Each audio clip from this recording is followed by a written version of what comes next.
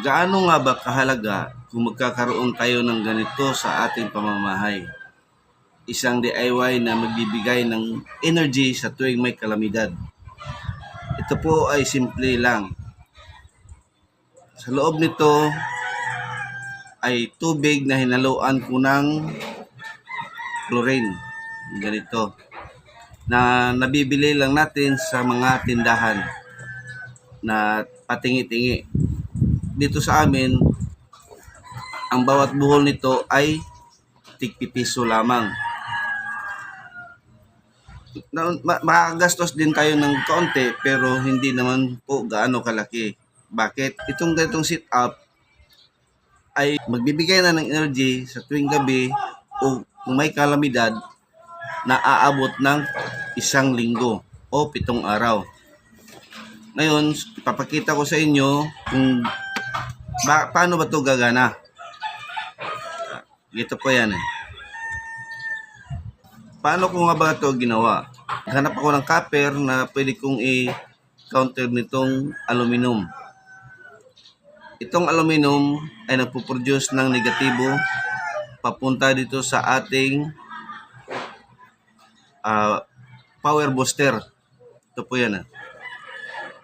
Na-sit up ko na kasi kaya medyo naka-fix na po siya.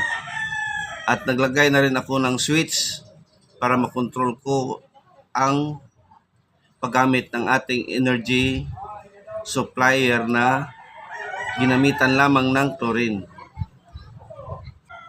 Maglalagay ako ng ilaw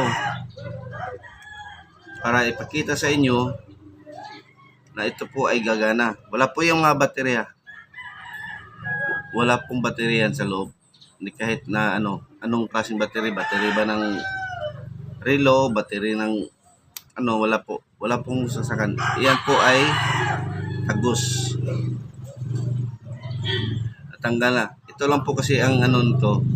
Kinakain ng chlorine ang aluminum. Kaya ito po yung isa sa dahilan na dapat maglagay tayo ng aluminum ay yung medyo mas makapal para mas matagal siyang matunaw. Ito po yan. Walang wire na yan sa paligid nito. Ngayon, ilulublob ko itong copper at saka yung aluminum dito sa ginawa nating mix na chlorine sa tubig. Ipitan ko lang muna baka matapon eh. Walang wire yan dito sa loob, walang battery. Walang mga battery yan sa loob. Kikita naman natin kahit na medyo kulay gatas yung tubig dahil sa paghalo natin ng tubig na normal tsaka yung chlorine ay ganito po yung kalalabasan niya. Para siyang gatas.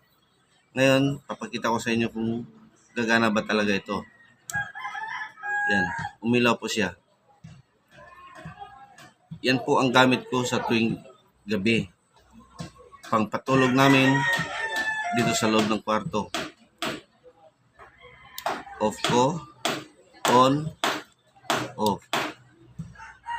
Hindi ko na ginagamit yung isa kong ilaw na namin sa gabi na disaksak sa kuryente dahil nakagawa na rin ako nito.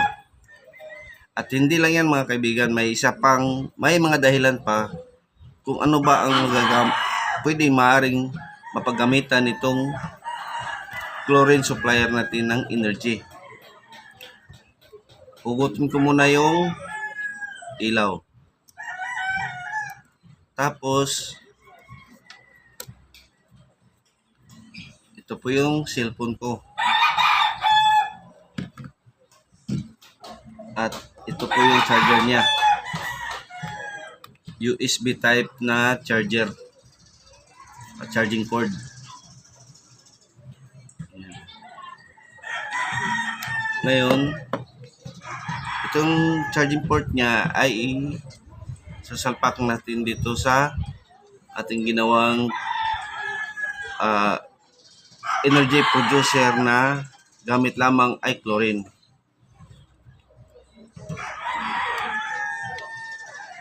Yan. Naka-off yan ha. Naka-off. Yan. Off ito. At isasaksak natin. Yan. Nakasaksak na. Ready na para charging ang ating cellphone. Yan. Papakita ko sa inyo. I-on ko itong switch. Yan. Gamit na gamit ito sa tuwing may kalamidad. Kailangan nating tumawag sa ating mga mahal sa buhay kung saan man tayo o nangangailangan tayo ng tulong. Lalo na kapag lubat na ang ating cellphone at wala kayong ibang pagkukunang energy supply na makapag-charge nitong ating mga device. Yan po ah. Balik ko, napatay o yan. Saksak ulit.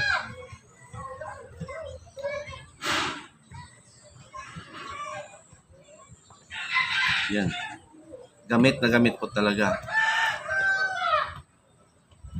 At kung meron man tayong mayroon tayong mga power bank na nahirapan din kayo kung saan kayo makapag-charge, magagamit din po natin. May power bank ako dito na gagawin kong sample para sa inyo. Kukunin ko lang.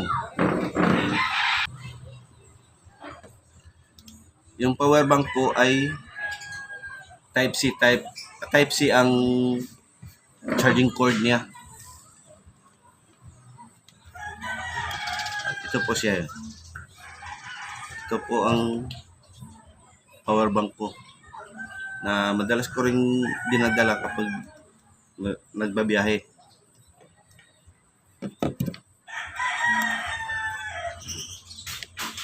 Ngayon, sinaksak ko na yung charging cord at susubukan natin isaksak dito sa ating power bank. Ganito kasi yan mga kaibigan. Kung may kalamidad kasi, hindi natin ma-i-estima kung kailan ibabalik ang supply ng kuryente. Kaya kapag may power bank tayo na nagamit na at lubat na, ito ang solusyon. Chlorine na sit up ng converter, kahit na walang switch, pwede rin direct na. Ito, ginawan ko lang. Ko siya abot ng 1 linggo. Kaya naglagay ako ng switch. Pwede nang gumamit lang ng booster at direct na dito sa positive at negative ng in ng booster. Papunta dito sa out ng ating charging port. Ito po siya. Ito ay C-type na power bank.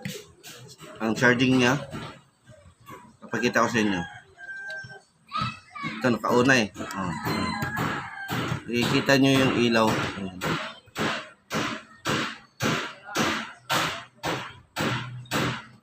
Nagbibigay na siya ng nagcha-charge na itong ating power bank. Gamit lamang itong Sunroox na energy supplier. Yan. Sana makagawa kayo ng ganito mga kaibigan. Ito tulong ko lang sa inyo. Sa tuwing may kalamidad, ito ay magagamit din. At lalong-lalo na, kung tayo ay magsasaka ng niyog, pupunta tayo ng bundok, 1 linggo tayong doon. Ito, magbibigay na ng supply, may ilaw ka pa sa gabi. At napakaliit lang na halaga ang magagastos mo. Dahil bibili ka lang ng 5 pisong chlorine, kasyang-kasya na po sa ganito kalaking At nagbibigay na po ng maliwanag na supply pagdating ng gabi. Ito po pala ay isang 5 volts na tawag nila nito ay Edison bulb. Kaya sana makatulong at sana kita-kita tayo sa susunod na mga ipapakita ko sa inyong mga content. Maraming salamat po.